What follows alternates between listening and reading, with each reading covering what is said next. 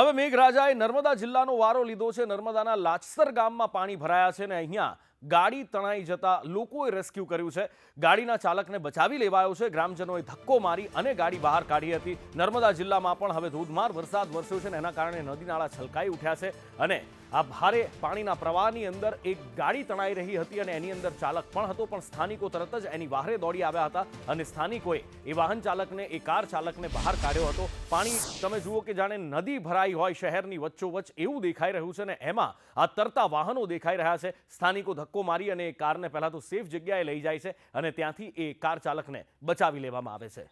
વધુ માહિતી સાથે નરેન્દ્ર પેપરવાલા ફોનલાઈન પર જોડાયા છે। નરેન્દ્ર, આ શહેરની વચ્ચોવચ્ચ, ગામની વચ્ચોવચ્ચ જાણે કે નદી વહેતી હોય એવા દ્રશ્યો, કેવો વરસાદ અને આ કાર ચાલકના રેસ્ક્યુ વિશે શું માહિતી મળી રહી છે? શું બીજા કોઈ વાહનો પણ આવી રીતે ફસાયા છે? નુપુર, આપને જણાવી દો કે નર્મદા જિલ્લામાં ભારે વરસાદના પગલે લાચરસ ગામમાં પાણી ભરાયા હતા અને ગામમાં એક ગાડી તળાઈ હતી। ગ્રામજનોએ રેસ્ક્યુ કરીને ગાડી ચાલકને તો બચાવી લીધો છે અને આ સ્થિતિ રાજપીપળા શહેરના અનેક વિસ્તારની અંદર આવી સ્થિતિ છે।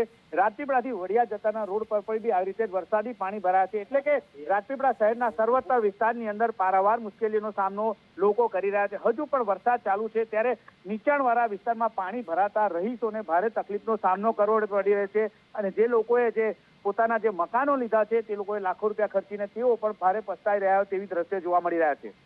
બિલકુલ નરેન્દ્ર, જોડાયેલા રહેશો અમારી સાથે। તો એક નહીં પણ આવી બે ગાડીઓ અહીંયા ફસાઈ હતી, જાણે કે રસ્તા પર નદીઓ વહેતી હોય અને કાર નહીં બોટ ચાલતી હોય એવા દ્રશ્યો છે।